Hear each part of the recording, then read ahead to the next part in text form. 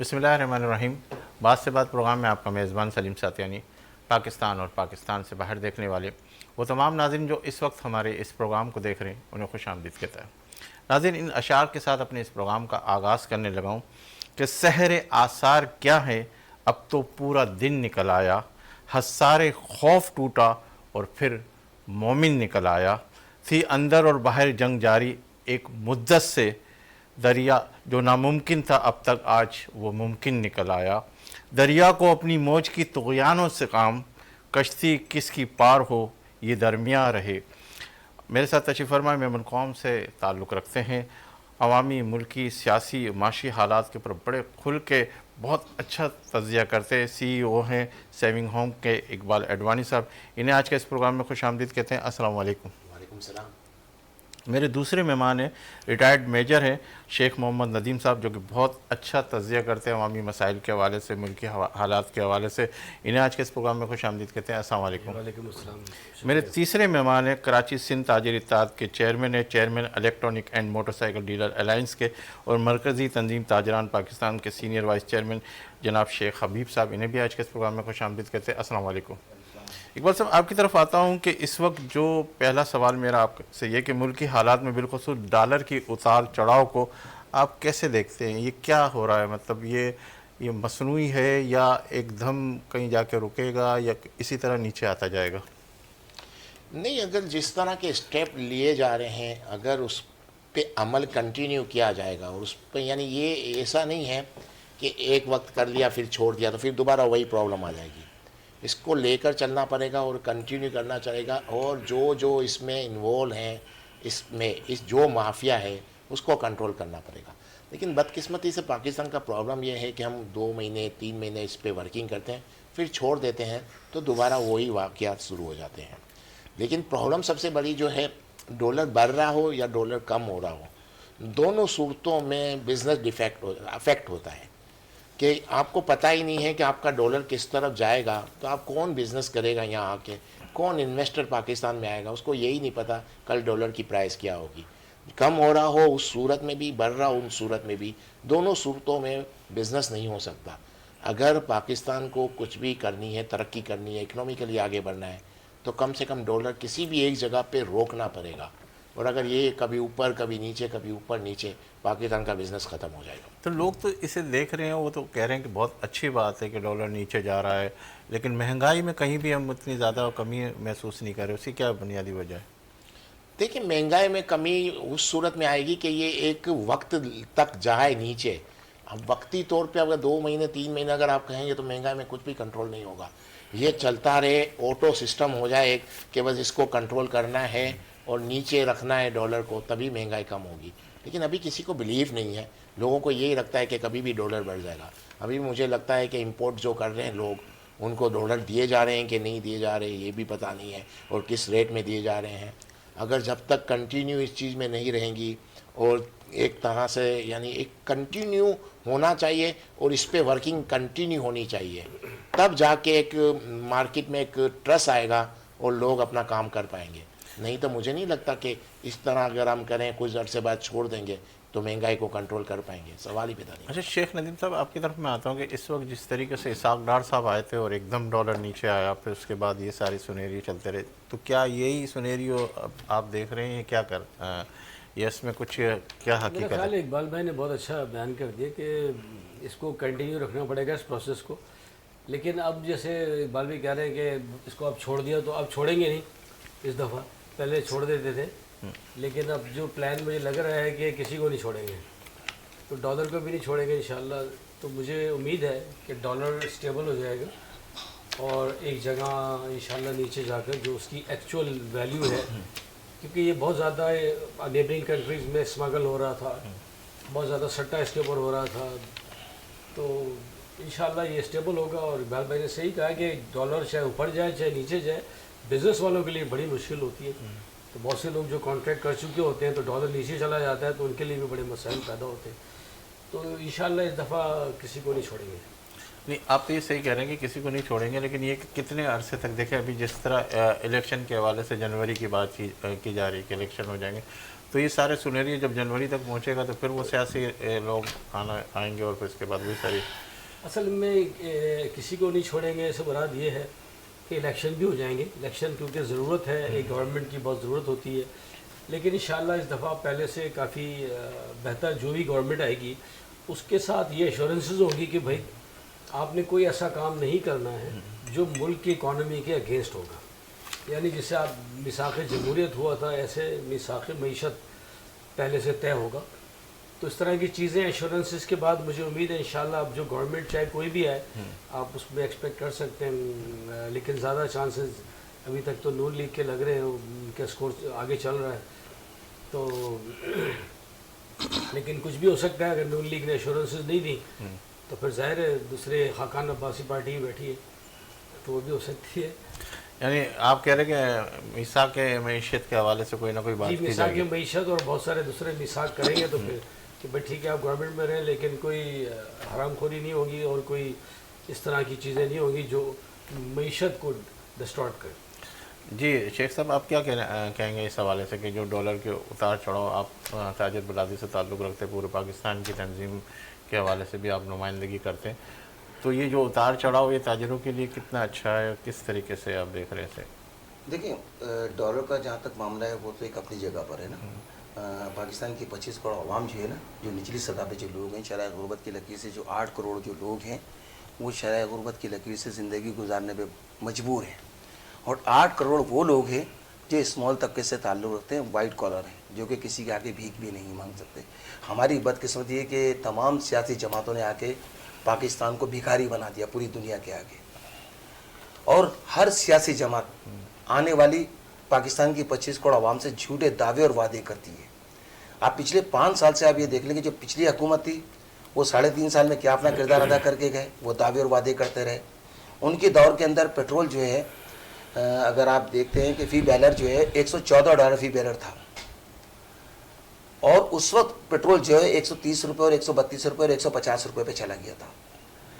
आज कहते हैं कि जी डॉलर जो है वो मकसद है कि अपनी जगह पर है, और इंटरनेशनल मार्केट में जो है वो पेट्रोलिंग की सिस्टम का जो है वो लीविंग उसमें अपनी जगह पर है। इन्होंने कहा कि 96 और $94 हो गया, तो सर $114 पे तो जो है वो 150 रुपये पेट्रोल बिक रहा था।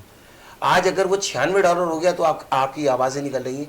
ये पिछली जो 17 महीने की हुकूमत थी, ये तो दावे और वादे करके गई थी कि हम 100 रुपये लीटर पेट्रोल बिकवाएंगे और आटा जो है वो अपने कपड़े बेच के सस्ता करेंगे। तो यही आवाम तो इन्हें देखिए, बात ये कहने का कि इस आवाम को किसी ने कुछ नहीं दिया है। मैं ये समझता हूँ कि जैसे जो केटेकर हुकूमत आई है ना, ये वो काम कर जाए जो सियासी जमातें नहीं कर सकती।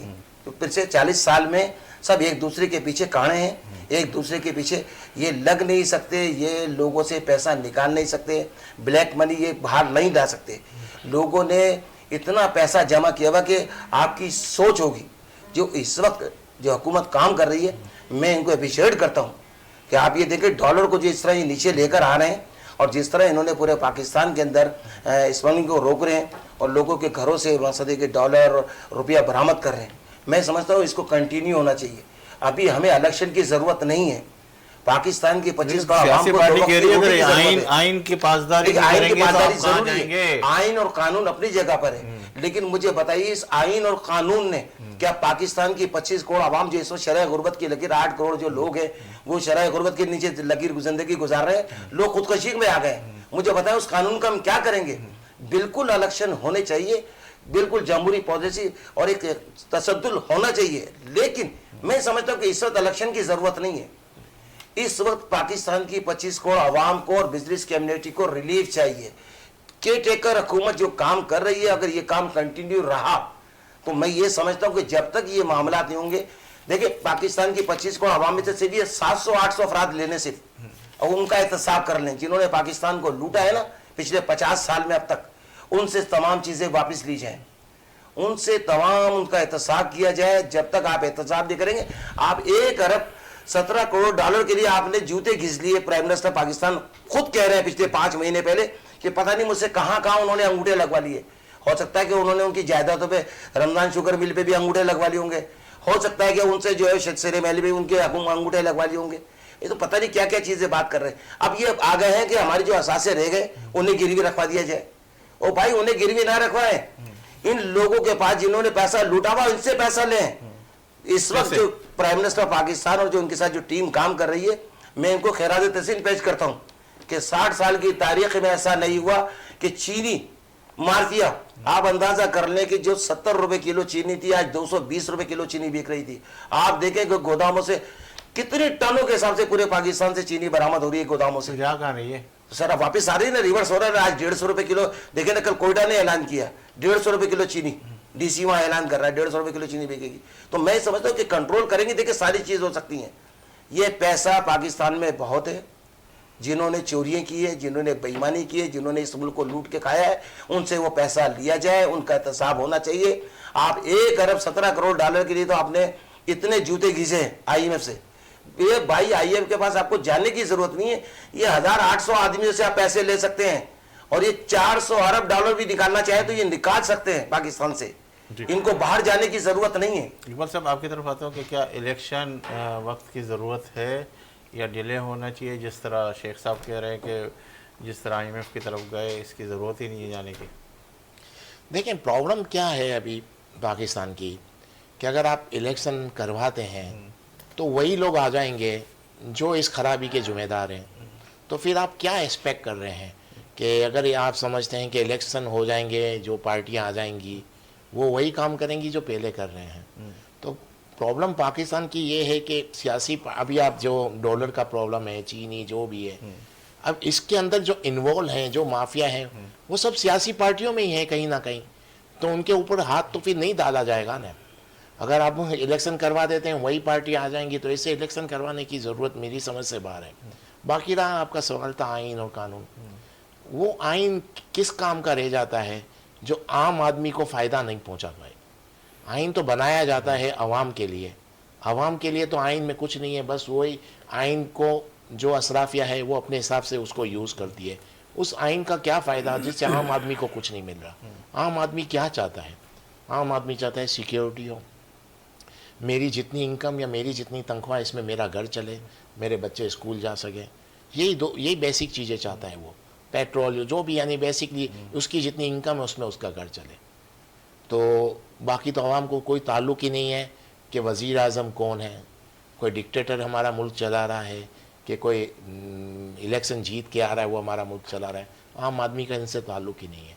आम आदमी चाहता है मुझे सिक्योरिटी चाहिए, मेरी जितनी इनकम है, मेरी जितनी तनख्वाह है, उसके अंदर मेरा घर चले। जितनी तेज़ी से केयर टेकर हुकूमत, जिस तरह शेख साहब कह रहे हैं कि हर तरफ जा रही है, अगवानी को भी जाने उसके लिए, इसके लिए, तो ये सारी चीज़ें वो कह रहे हैं कि वक्त मुकर्रर पे भी इलेक्शन हो जाएंगे। तो जिस तरह आप कह रहे हो कि नहीं ये चीज़ें वापस वो हो जाएगी, तो क्या यानी इसका हल क्या, इसको किस तरीके से वो देखा जाए, किस तरीके से किया जाए? देखिए बाज़ बार पता है क्या होता है कि कभी कभी ऐसा होता है, दुनिया में कोई भी एक इंसान मुझे बताएं जो अपनी उंगली कटवाने के लिए तैयार होगा, नहीं होगा। लेकिन जब उसको कोई ऐसी बीमारी लग जाती है तो डॉक्टर कहता है कि अगर आप अपनी उंगली नहीं काटोगे तो आपकी बॉडी ख़त्म हो जाएगी, तो वो खुशी अपनी उंगलियां कटवा देता है। ये तो होता है ना। तो मकसद मेरा कहने का ये, जो आज के हालात हैं तो कुछ सेक्रीफाई हमको करना पड़ेगा। हम फिलहाल आइन और कानून जो भी अपनी जगह है, इलेक्शन इस वक्त हम अफोर्ड नहीं कर सकते, हमको इलेक्शन नहीं करवाने चाहिए। वजह कि अगर आपने इलेक्शन करवा लिए वही लोग आ जाएंगे और फिर ये जो काम हुआ था जिसमें थोड़ी बहुत इम्प्रूवमेंट आई है वो ख़त्म हो जाएगा। तो अगर आप चाहते हैं कि इलेक्शन हो जाए टाइम पे, तो आप कभी भी इलेक्शन करवा लें, 2 महीने बाद, 3 महीने बाद, 4 महीने बाद आएंगे यही लोग और यही सिलसिला दोबारा शुरू हो जाएगा जो चल रहा है।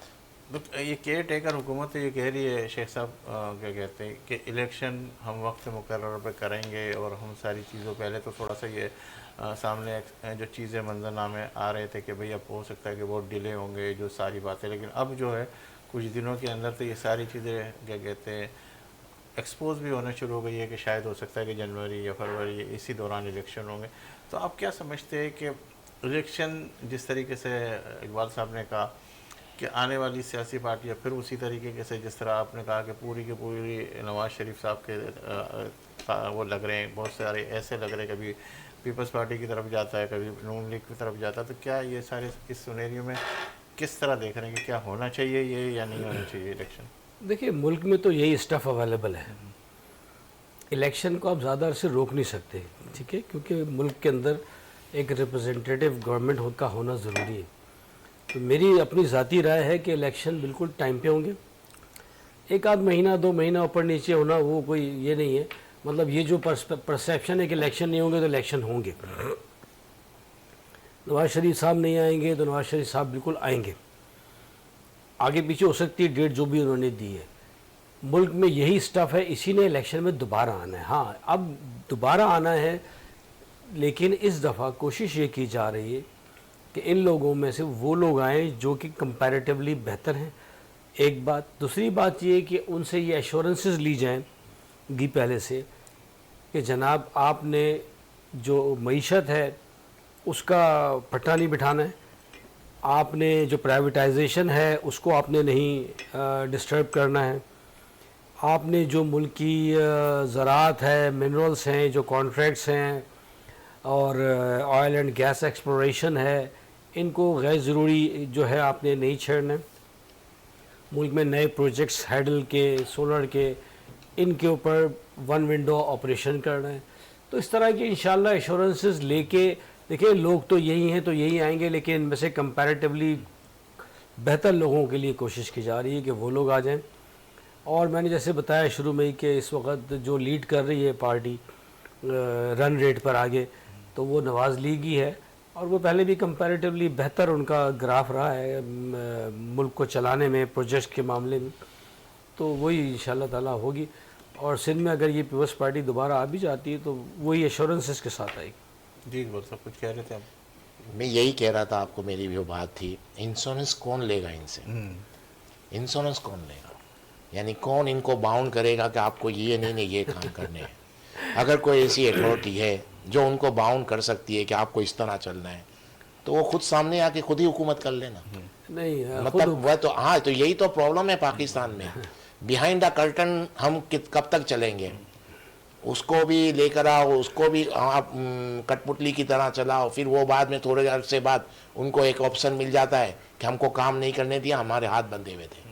जब आपके ऊपर डायरेक्ट इल्ज़ाम आता ही रहता है कि हाथ बंधे हुए थे, हमको ये नहीं करने थे, हमने वो नहीं कर पाए, तो जब इल्ज़ाम ही आ रहा है, हर वक्त आता रहता है, फिर दुनिया जो भी सोचे, फिर आप ही आ जाओ फ्रंट पे। मुल्क को किसी को तो संभालना है। आप मेरे से, मैं आपसे इंश्योरेंस ले रहा हूँ, आप मेरी बात पे खड़े हुए कि नहीं हुए तो मुल्क तो तबाह कर देंगे ना आप। तो जब आप ही आ जाए, सही जान छोड़ें, एक तरफ कुछ तो हो जाए, वन साइडेड हो जाए दुनिया में। हमारे यहाँ क्या है कि प्रॉब्लम हमारे यहाँ पाकिस्तान में सबसे बड़ा क्या है कि हम लोग प्योर लोग ही नहीं है। हमारे यहाँ डेमोक्रेसी कभी प्योर नहीं आई। जो डेमोक्रेटिक आदमी आते हैं, जो लोग, वो खुद डिक्टेटर बन जाते हैं, और जो डिक्टेटर आते हैं उनको डेमोक्रेसी का भूत चढ़ जाता है। अभी भी यही हो रहा है, डेमोक्रेसी का भूत ही उतार दें, आ जाएं आप लोग। मकसद कहने का ये एक रियलिटी को आप मान लेना कि रियलिटी यही है। आपके पास जो डेमोक्रेटिक लोग आते हैं, देखिए हमारे यहाँ प्योरिटी नहीं है। उसकी मैं आपको और एग्जांपल भी दे दूं। हमारे पास जो बंदा जो है वो उसका ऑपोजिट ही बनता है। आपने देखा होगा पाकिस्तान के अंदर जुम्मे की छुट्टी किसने अनाउंस की? याद करें आप, जुल्फिकार अली भुट्टो। उसका दीन की तरफ कभी झुकाव था? नहीं था। वो जो था उसकी ऑपोजिट कर गया ना। इसके बाद संडे की छुट्टी किसने की? नवाज शरीफ ने, जिसका दीन की तरफ झुकाव था और ऑपोजिट कर गया। तो मकसद कहने का ये, हमारे यहाँ कोई प्योर नहीं है। जो जैसा है उसका उल्टा बनना चाहता है। डिक्टेटर आते हैं, उनको डेमोक्रेसी का भूत चढ़ जाता है, और डेमोक्रेटिक लोग जो इलेक्शन लड़ के आते हैं उनको डिक्टेटरशिप का भूत चढ़ जाता है। तो पाकिस्तान कैसे तरक्की करेगा? मैं तो कह रहा हूँ जो है ओरिजिनलिटी में आ जाए, पाकिस्तान तरक्की करेगा। अदरवाइज अभी कह रहे थे कि जो ओरिजिनल टीम में हैं वो सारी खराब है, वही लोग हैं, तो उन्हीं को अगर आप दोबारा ले आए तो फिर तो उन्हें इस दफा वो करना है जो आप बर्दाश्त ही नहीं कर सकते। इस मुल्क ये मुल्क बर्दाश्त नहीं कर सकता। मैं कह रहा हूँ कि अगर इसीलिए उन्हीं लोगों को बावजू करके लाया जा रहा है, उनको नहला धुला के उसे करा के लाया जाएगा। 60 साल में कितनी दफा किसी को नहलाए धुलाएंगे? इस दफा अच्छी तरह बात यह है कि पाकिस्तान की 25 करोड़ आवाम को नहीं मालूम क्या हो रहा है। मुझे बताइए, 60 से 70 अरब रुपया जाया होगा इस वक्त, जो कि हम कहते हैं कि हमारे पास पैसा नहीं है, तनख्वाहें देने के लिए पैसे नहीं है। लेकिन ये इलेक्शन कमीशन उस वक्त कहाँ चला गया था? साल भर पहले जब 90 दिन में इलेक्शन कराने थे और उन्होंने नहीं कराए। ठीक है, ये आइन और कानून की बात करते हैं, तो आइन और कानून आज भी नहीं कर रहे हैं सर। अभी भी जो इलेक्शन होने जा रहे हैं 90 दिन के बाद हो रहे, कौन से कानून की बात करते हैं? कानून सिर्फ गरीब आदमी के लिए, कानून जो है पाकिस्तान की 25 करोड़ आवाम के लिए, सियासतदान के लिए नहीं है। मुझे बताइए, वो लंदन में बैठ के बयानात कर रहे हैं, उन्होंने सामना किया, वो अपना इलाज कराने के लिए गए, क्या पलट के वापिस आए? और अभी भी उनके लिए कहा जा रहा है कि उन्हें बाकायदा ऐसे प्रोटोकॉल के साथ लाया जाएगा। बड़े अफसोस की बात है, एक इश्तिहारी मुजरिम है, हमारे मुल्क का कानून देखें आप, तो मेरी समझ में नहीं आता कि हो क्या रहा है। मैं तो चीफ जस्टिस ऑफ पाकिस्तान से, जनरल साहब से रिक्वेस्ट करूंगा, क्या खुदारा कानून की पासदारी होनी चाहिए, चाहे वो छोटे से छोटा आदमी हो या बड़े से बड़ा आदमी हो, उसे पहले सजा भुगतनी होगी। वो आए, अपनी गिरफ्तारी दे सबसे पहले।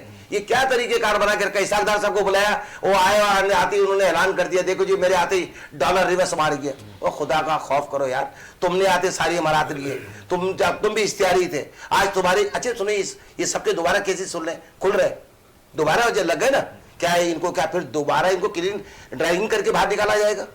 नहीं, बहुत टाइम लग जाएगा जनाब, बहुत टाइम लग जाएगा।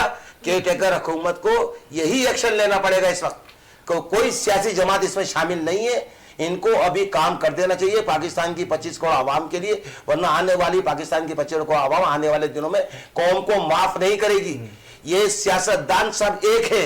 मतलब अभी आपके कहने के मुताबिक अभी जो मौका मिला हुआ उसको अवेल करके, इसको अवेल करे, सबसे पहले तमाम मईशत को मजबूत करे, ऐसे तो देश सबका यही इनको है। लाया जाए, इनको लाना पड़ेगा, जाहिर है, और कोई बाहर से तो इम्पोर्ट नहीं कर सकते इन्हीं को। केयर टेकर हुकूमत तो ये कह रही है कि हमारी मजबूरी है, इस मजबूरी बिल्कुल में इलेक्शन फौज को होना भी चाहिए, निकाल मैं ये कह रहा हूं, लेकिन पहले अपने आप को मजबूत करें, इस मुल्क को मजबूत करके दें।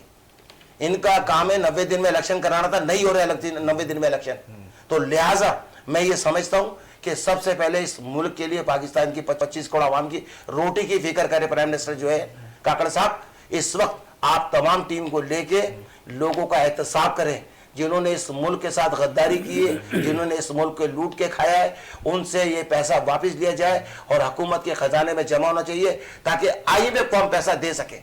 और हम अपनी, मुझे बताइए, 30 से 40 हजार रुपए वाला आदमी, गरीब आदमी अपने बच्चों को सर्वाइव नहीं कर पा रहा, वो स्कूलों से उन्होंने निकालना शुरू कर दिया। अगर वो केयर इलेक्ट्रिक का बिल भरता है तो जरा वो अपने बच्चों को रोटी नहीं खिला सकता, तो आपने तनख्वाह के दे। फिर एक काम कर लेना, हुकूमत है वक्त ऐलान कर दी कि पाकिस्तान में 2 लाख रुपए एक मजदूर की तनख्वाह है, एक मजदूर की तनख्वाह 2 लाख रुपए अनाउंसमेंट कर दे, ताकि वो गरीब आदमी अपने बच्चे का पेट तो भर सके। मुझे कोई एक आदमी बता दे। मतलब वो ऐलान वही वाले ऐलान होंगे फिर जो तो सर मुझे बताइए ना, तो जब आप तो हकाइक से फिर आप आगे चुरा रहे हैं ना, आपकी कौम इस वक्त परेशान है, भिखारी, इस सियासी जमातों ने भिखारी बना दी है। देखिए कितना मजाक हमारा बन रहा है। एक प्राइम मिनिस्टर कह रहा है कि मुझे पता ही नहीं मुझसे कहां कहां अंगूठे लगवा लिया, कितनी शर्म की बात है। और एक प्राइम मिनिस्टर कहता है कि मैं अपने कपड़े बेच के आटा कर, सर आटा डबल गुना कर दिया। और अब आप भी फिर कह रहे हैं कि मुस्लिम लीग नून लाने की, आए भाई, कोई भी है जिसे कौम पसंद करे उसे ले आओ, लेकिन खुदा के वास्ते अब रहम करो इस मुल्क पे। 70 साल से आप लूट के खा रहे हो, आप तो इस कौम को कुछ दे दो। जो ये कह रहे हैं ना वही हो रहा है कि भाई आप आ जाए, उनको ले आए, लेकिन उनको ड्राई क्लीन करके लाएं, तो उनमें से बेहतर लोग आएंगे, ड्राई क्लीन होके आएंगे। और एहतसाब के बाद, हाँ, पहले अपने एहतसाब को गुजारेंगे, एहतसाब के अमल से पार होंगे।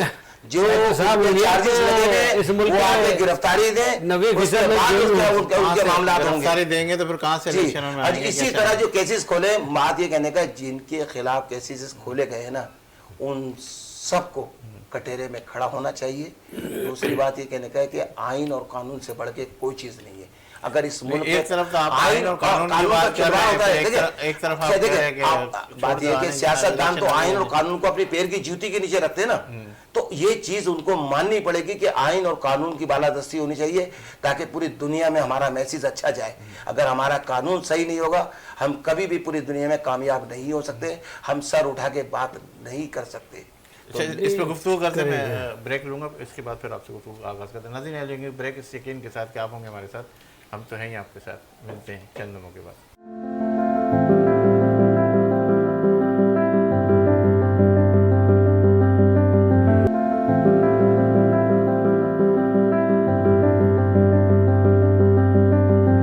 खुशामदीद नाज़रीन, आप देख रहे प्रोग्राम बात से बात। जी इकबाल साहब, जिस तरह शेख साहब बिल्कुल वो कह रहे थे कि इनका एहतसाब होना चाहिए, आप किस हद तक ये कहते हैं कि एहतसाब हो, फिर इसके बाद इस तरफ जाया जाए या क्या किया जाए? एहतिसाब करेगा कौन, सवाल ये है ना। अदालतों में ही होगा, तो अदालतें हमारे यहाँ किस तरह चल रही हैं आपको पता है। महंगे महंगे वकील हायर कर लेते हैं ये लोग और छूट जाते हैं। ये फार्मूले सब फेल हो गए हैं। अभी भी हम लोग उसी तरफ चल रहे हैं कि इनको ही ले आओ, इनको ही ले आओ। तो मुझे बताएं, अभी 14 जमातें थी पीडीएम में, इतनी सारी जमातें, 16 महीने इन्होंने हुकूमत की, यही जमातें आएंगी, यही लोग आएंगे, तो आप किस तरह एक्सपेक्ट करते हो कि माहौल चेंज हो जाएगा? मुझे तो नहीं लगता।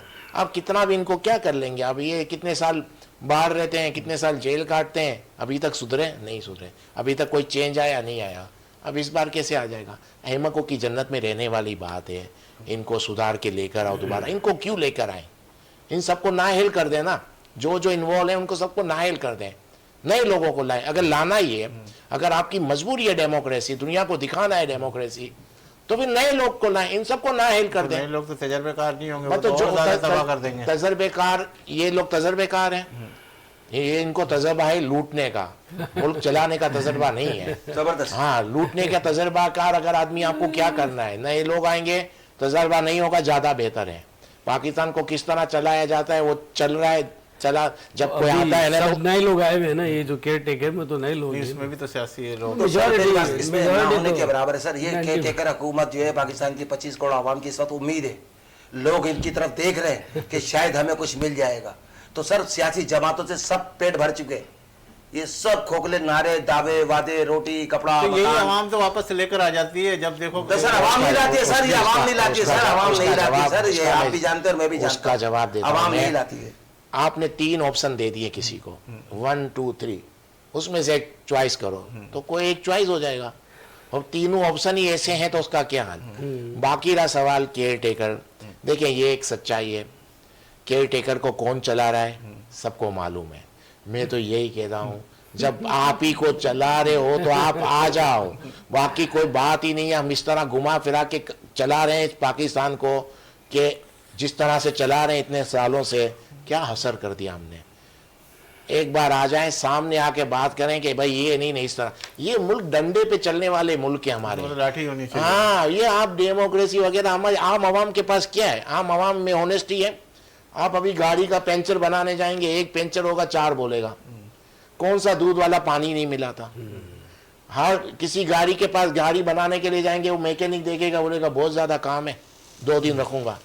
एक छोटा सा चेंज करके दूसरे दिन दे देगा और बोलेगा इतने पैसे। हर आम आदमी भी तो बेईमान है हमारा।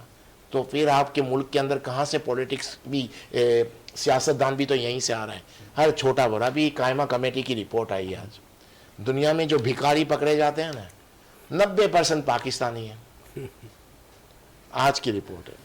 हम ना अपने बच्चों को सही तालीम दे पा रहे हैं, खाना फ्री खिला खिला के जो थोड़े बहुत थे उनको भी भिखारी बना दिया। भीख मांगने में हमको शर्म नहीं आती। सऊदी अरब, इराक वगैरह से उन्होंने, सफ़ीरों ने बाकायदा भेजा है डिटेल पाकिस्तान की। 90% भिखारी जो हम पकड़ते हैं, 90% पाकिस्तानी भिखारी आते हैं। क्या इमेज हमारी? अब इसका मतलब हुआ कि किसी एक को, पूरे मुल्क को चेंज करना पड़ेगा, हर आवाम को चेंज करना पड़ेगा। आवाम को चेंज करना है, सियासतदानों को चेंज करना है, डंडे के अलावा कोई काम नहीं होगा। बड़ा जो 60-70 साल का दौरानिया है, उसको एकदम फौरन कैसे चेंज किया जाएगा? 2 महीने 3 नहीं, महीने 2 महीने मैं कहाँ कह रहा हूँ 2 महीने में, तो बोला हूँ इलेक्शन नहीं कराएं, डंडे पे चलाएं इस मुल्क को, तभी सुधरेंगे लोग, अदरवाइज नहीं है। बाकी हम बात कर सकते हैं अहमकों की जन्नत में रहना, वो एक अलग बात है। पाकिस्तान का यही सोल्यूशन है जो मैंने कहा है, और कोई भी नहीं है। आप किसी भी तरीके से ले आए। कानून में तरामीम इंशाल्लाह होंगी। अभी मुल्क को एक ट्रैक पे डालना अभी मकसद भी है। डॉलर वगैरह नीचे आया, चीनी वगैरह नीचे आई, डंडे के जोर पे आई ना। कौन से लीगल हुआ है? सही जो बात मिला पकड़ लिया, खत्म। तो हुआ ना फर्क। तो हमारा मुल्क का पूरा स्ट्रक्चर इतना खराब है, नीचे से ऊपर तक का स्ट्रक्चर खराब है। कोई भी हो, एक आम आदमी हो कि बिजनेसमैन हो वगैरह, मुझे बताएं यहाँ पर बिजनेस जितना हो रहा है, बगैर पैसे खिला के कोई बिजनेस यहाँ कर सकता है? नहीं कर सकता। तो हर आदमी ऐसा हो गया है, माहौल के अंदर ढल गया है। कौन सा बिजनेस, एक बिजनेसमैन बता दें जो होनेस्टी से अगर बेचारा काम करना चाहता होगा, वो कर नहीं पाएगा। तो मकसद कहने का हर जगह प्रॉब्लम है। एक होनेस्टी, अगर कोई आदमी आता है, मैं अपनी बात कहता हूँ, मैं बाहर से आया था तो मुझे भूत है ना थोड़ा, बाहर से नहीं भाई कानून होना चाहिए। मैं जा रहा था तो मुझे उसने कहा कि लाइसेंस दिखाओ। मैंने कहा लाइसेंस नहीं है मेरे पास। तो बोला आपके ऊपर जुर्माना होगा। मैंने कहा बनाओ जुर्माना, ये मेरा आईडी है। उसने मेरा आईडी लिया, स्लिप निकाल के दे दी 500। मैंने कहा ऑनेस्टी बाबा, भले जुर्माना है। ऑफिस में जाके पर्ची जमा करा दी। मैनेजर मेरा आ रहा है, अकाउंटेंट, बोला ये तो किसी और के नाम की पर्ची है। तो मकसद कहने का है कि हॉनेस्टी से भी किसी को नहीं रहने देते यहाँ पर, तो उसके लिए डंडे का ही इस्तेमाल होना चाहिए। पुलिस हो गई, हर जगह हो गई। मुझे बताएं इतने तालीम याफ्ता लोग हैं हमारे यहाँ, आपको आईडी देखने के बाद भी नाम जो है वो पर्ची पे कुछ और लिख के नहीं दे अब थोड़ा सा जो नहीं, है वो नहीं हुआ। उसने अंदर फीड किया हुआ था। अच्छा अंदर फीड किया होगा, उसने पेमेंट की ही नहीं है गवर्नमेंट को। हाँ, पहले से किसी और की पहले trade की की हुई है, ट्रेडिंग की उसी हुई है, को उसी की दोबारा ट्रेडिंग उसी की, मुझसे पूरे पैसे ले लिए हैं। वाह वाह क्या बात है यार। हर तरह का तरीका है, सही कह रहे हैं। लेकिन अभी ऑलरेडी पर्ची उन्होंने पहले से कोई सिस्टम बनाए रखा है ना कि ऑलरेडी वो पर्ची इशू हो चुकी होगी उस नाम से, और उसी की मुझे दे दी उसने, तो हम पैसे तो उसके जेब में चले गए। तो मेरा मकसद कहने का ये है कि यहाँ हॉनेस्टी से भी अगर कोई रहना चाहे तो नहीं रह सकता। उस सिस्टम को चेंज करने के लिए आप हर 5 साल 4 साल में सियासतदानों को लाएं, नहीं हो सकता। किसको ला रहे हैं, किस पार्टी के अंदर, सबके ऊपर तो केस है। एक पार्टी को छोड़ो तो एक पार्टी में काम कर रहा है, यहाँ पर करप्शन में पकड़ा गया है, कुछ अरसे बाद दूसरी पार्टी में चला जाता है, दूसरी पार्टी से निकल के वो तीसरी में चला जाता है। इस तरह के लोगों को आप आजमाते रहेंगे, मुझे तो नहीं, इस समझ दफा उनको गाइडेड मिसाइल की तरह उनको रखना है। उनको कैसे शेख साहब कैसे देखिए, रखेंगे? कुछ देखिए, नहीं, मैं आपको बताता हूँ, मैं आपको शेख बताता साहब, इस तरह है, मैं आप- अभी इकबाल मैं साहब ने आपको कहा कि ये बताता हूँ। बड़ी बात बात है। है। देखिए अभी आपने देखा चीजें नीचे आई, इलेक्शन में ना नहीं चीजें नीचे आई अभी देखिए अभी चीजें आ रही है ना, हाँ। इसको मेंटेन रखना है। ये नंबर 1। नंबर 2, मुल्क को एक दफा उस मोमेंटम में लाना है, उस कोशिश में लाना है जिसमें वो एकदम से एक दफा ट्रैक पर आ जाए। अभी मुल्क ट्रैक से उतर गया है, डिफॉल्ट की तरफ जा रहा था। इसको ट्रैक पे डालना मकसद है, और डालने के बाद आगे इसकी मॉनिटरिंग मकसद है, और उसके अलावा जो अहम शोबाजात हैं उनमें टेक्नोक्रेट्स को लाना मकसद है। हाँ, गवर्नमेंट में क्योंकि यही लोग आने हैं, ये लोग बिल्कुल गवर्नमेंट चलाएंगे, लेकिन इनके ऊपर इस दफ़ा जो है आइन कानून की नज़र होगी। जो जितने भी इस मुल्क के करता धरता हैं उन्होंने इस दफ़ा फैसला किया है कि भाई ये अब इस तरह से अनगाइडेड गवर्नमेंट्स जो है ये एक्सेप्टेबल नहीं है। केयर टेकर ज़्यादा अरसे नहीं चल सकती, बिकॉज आपको एक रिप्रेजेंटेटिव गवर्नमेंट चाहिए। इकबाल साहब बिजनेसमैन है, इनको पता है कि बिजनेस वालों के लिए भी एक रिप्रेजेंटेटिव गवर्नमेंट का होना एट ए टाइम बहुत ज़रूरी है। ठीक है, और माशाल्लाह भी जो पीछे से आ जाए या कोई भी आ जाए, कोई और ये हल नहीं। जी जी इकबाल साहब। देखिए IMF का प्रॉब्लम होता है, प्रॉब्लम सॉल्व करने के लिए चीफ ऑफ आर्मी स्टाफ जाते हैं, राइट। FAT का प्रॉब्लम होता है, चीफ ऑफ आर्मी स्टाफ जाते हैं। सऊदिया से इमदाद चाहिए, चीफ ऑफ आर्मी स्टाफ जाते हैं। UAE से, सब जगह इनको ही जाना है, सब कुछ ये कर रहे हैं। तो यही तो मैं समझा रहा हूँ कि फिर फ्रंट पे आके आ जाए। मेरा मकसद कहने का ये है, अब करना ही आपने है, करना भी आपने है, और फिर बाद में बदनाम भी होना है। तो ये वैसे आवाम की मुल्क डैमेज हो जाता ये है। हकीकत है कि आवाम की जो इस वक्त सबसे बड़ी ख्वाहिश यही है। वही दायरा घूम रहा जो है। इकबाल उसी साहब तरीके कह से रहे हैं, वो- नहीं, जिस उसमें तरह बेहतर हो दुनिया जाता है। गोल है ना, उसी तरह घूम के वो सारे सियासतदान वापस उसी तरफ आवाम की- अभी आपने केयर टेकर सियासी एक जमातें सेकंड, सिर्फ खोखले नारे झूठे वादे। अभी आपने केयर टेकर गवर्नमेंट बनाई है। केयर टेकर गवर्नमेंट में कौन है?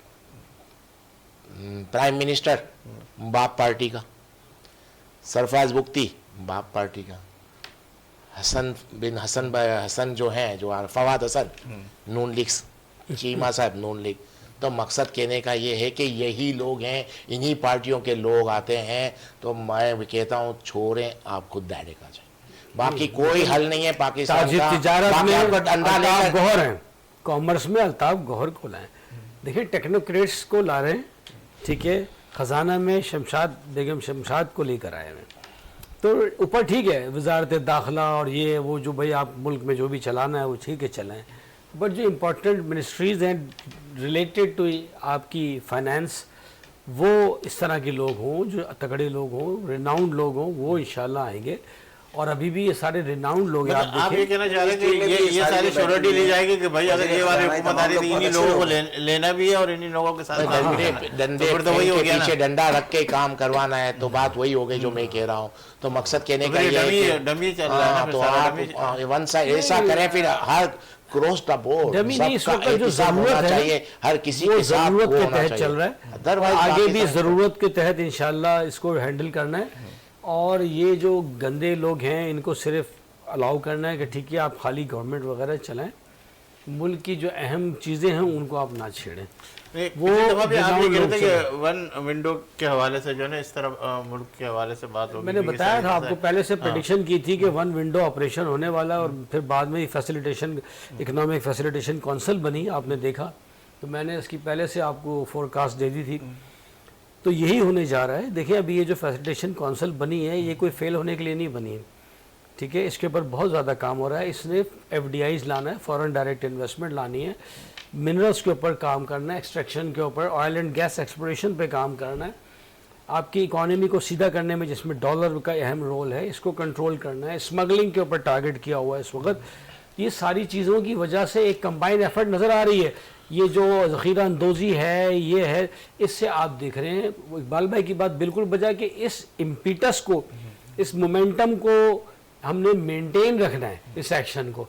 तो उसके लिए इंशाल्लाह कोशिश ये है कि ये ऐसे गवर्नमेंट में ट्रांसफ़र नहीं होंगी जब तक वो सारी एश्योरेंसेस नहीं देंगे। जी नहीं देखें, मैं तो इस चीज़ से बिल्कुल भी मुतमईन नहीं हूँ। मैं ये समझता हूँ कि इस वक्त जो केयरटेकर हुकूमत काम कर रही है ना, बड़ी लोगों को उम्मीदें वाबस्ता नज़र आ रही है। मैं समझता हूँ कि पहले इनको अपना काम पूरा करना चाहिए। जहाँ इन्होंने 90 दिन में इलेक्शन कराए नहीं, जहाँ 2 महीने ये जनवरी और फरवरी की बातें कर रहे हैं, ये चले जाएँ अगस्त तक चले जाए ना, लेकिन ये चीज़ें सीधी करके देते हैं बहुत अच्छी बात। और आइन और कानून की पासदारी करके देते कि इससे कोई भी शख्स नीचे उतरेगा। हुकूमत की एक पॉलिसी बननी चाहिए कि उसमें पाकिस्तान के मफादात की बात हो। कोई सियासी जमात अपने लिए कोई काम नहीं करेगा। जो भी इस मुल्क के लिए आएगा वो खिदमत करेगा। 70 साल से लूट के खा रहे हो, खुदा के वास्ते अब तो रहम कर दो इस कौम पे। तो कम से कम मैं समझता हूँ कि इनको इतना टाइट हो जाना चाहिए केयरटेकर हुकूमत को। देखिए इनकी जाने के बाद इसका कोई मसला नहीं होगा। सियासी जमात दूसरी सियासी जमात के ऊपर कुछ भी नहीं कर सकती। अगर वो करती है तो वावेला शुरू हो जाता है, ठीक है ना, उनका एहतसाब ही नहीं हो सकता।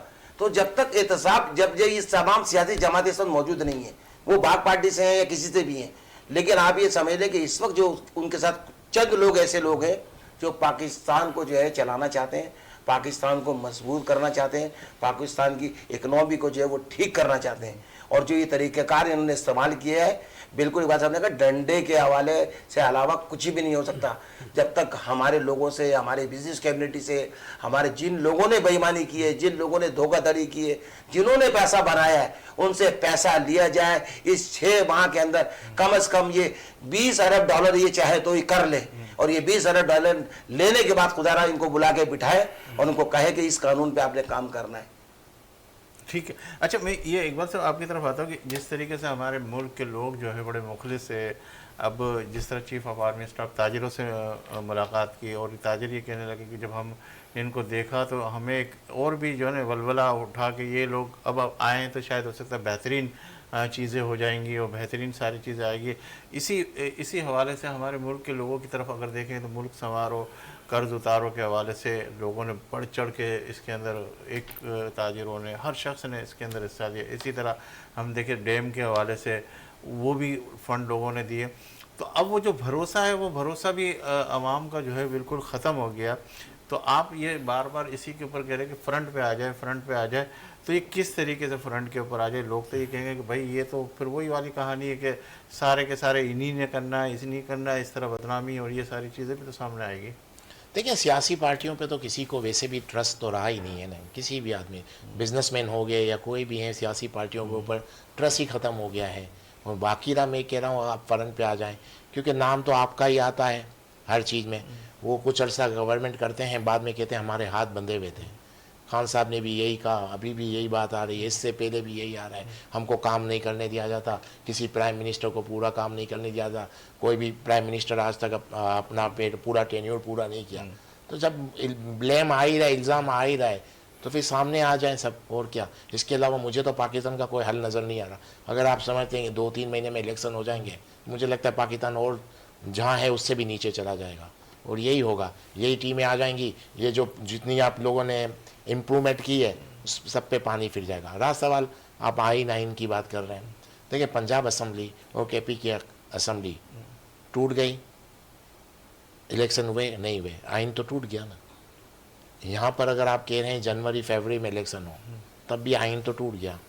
तो अगर आप आइन की बात मत करें, हाँ इलेक्शन होने चाहिए या नहीं होने चाहिए इस पे बात कर सकते हैं, आइन की बालादस्ती तो खत्म हो चुकी है। लेकिन उसको बोल दे। पूरी दुनिया का जो सिनेरियो है ना, उसके अंदर तो देखा जाएगा कि यार तो वो भरोसा वो चीज़ें कहाँ से लेकर आएंगे। देखिए अभी देखें वक्त भी चेंज हो गया। मैंने यही कहा कि हमारे यहाँ कोई भी चीज़ प्योर नहीं है।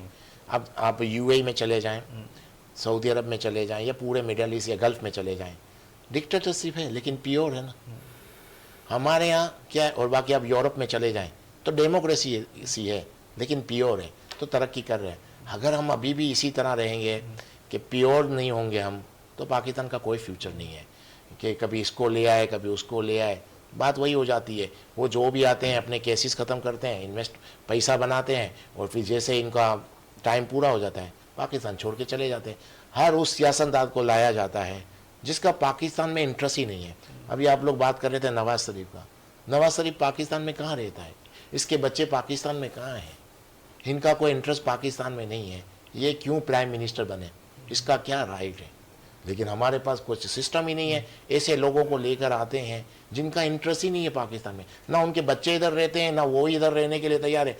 उनकी जैसे गवर्नमेंट जाती है, जैसे इनका टाइम ख़त्म होता है, ये पाकिस्तान छोड़ के चले जाते हैं। जैसे एक बंदा पाकिस्तान से बाहर काम करने जाता है, साल 2 साल 4 साल काम करता है, पैसे भेजता है, जैसे उसको वहाँ छुट्टी मिलती है पाकिस्तान आ जाता है। इसी तरह इनका भी ये बाहर से आते हैं, काम करते हैं, पैसा जमा करते हैं, जब होता है कि अभी इनकी गवर्नमेंट गई, इनकी छुट्टी आ गई, अपने मुल्क चले जाते हैं। छुट्टी मनाने के लिए क्यों फिर तो ऐसे लोगों से आप उम्मीद रखते हैं कि ये पाकिस्तान के बारे में सोचेंगे? नहीं, अब जो है इस तरह से नहीं हो होगा। सकता है।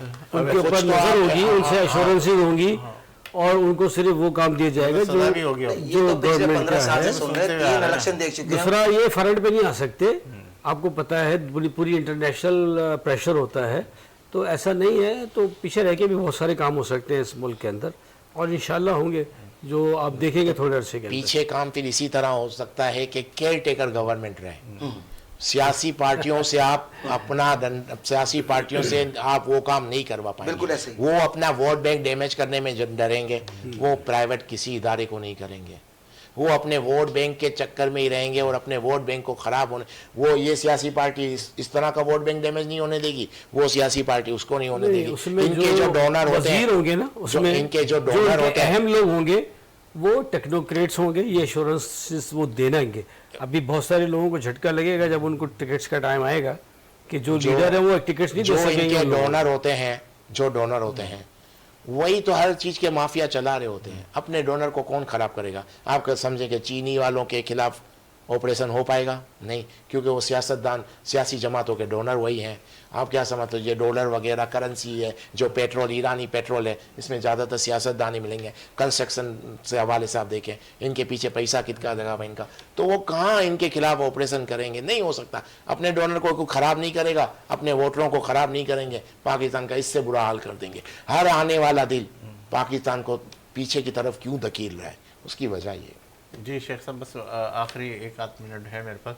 मैं सिर्फ ये आपसे सवाल करूँगा, ठीक है, इस उम्मीद के साथ कि आप कह रहे हैं कि शायद बहुत सारी चीज़ें चेंजिंग होने के बाद आएगी, शायद देखते हैं कि अल्लाह करे वो जो चीज़ें जो एक खाका जहन के अंदर तैयार है वो ना हो और अच्छी चीज़ है। शेख साहब, आपसे भी एक सवाल और आखिर में एक मैसेज आपसे एक जुमलों पे लूँगा कि ताजिर बरादरी भी अगर आप देखते हैं तो पूरे पाकिस्तान के हवाले से पिछले दिनों के इलेक्ट्रिक के हवाले से, पेट्रोल के हवाले से बड़ा एहतजाज किया, बहुत कुछ किया। एक दिन पूरा पाकिस्तान बंद हुआ, एक दिन पूरा कराची बंद हुआ, उसका कोई रिज़ल्ट, उसकी कोई चीज़ें, कोई ऐसी चीज़ नज़र आई कि कुछ कमी बेशी? देखिए, प्राइम मिनिस्टर ऑफ पाकिस्तान तशरीफ लाए कराची और 2 दिन उन्होंने जो कराची में क़याम किया और उन्होंने बिजनेस कम्युनिटी से भी मुलाकात की, सनकारों से भी की, इंडस्ट्रियल से भी की और छोटे ताजिरों से भी की, जिसमें हम ऐसे वैसे में हम आ जाते हैं, और बहुत अच्छी बातें की, बहुत सुलझी हुई, और मैं समझता हूँ कि बहुत ऑनेस्ट।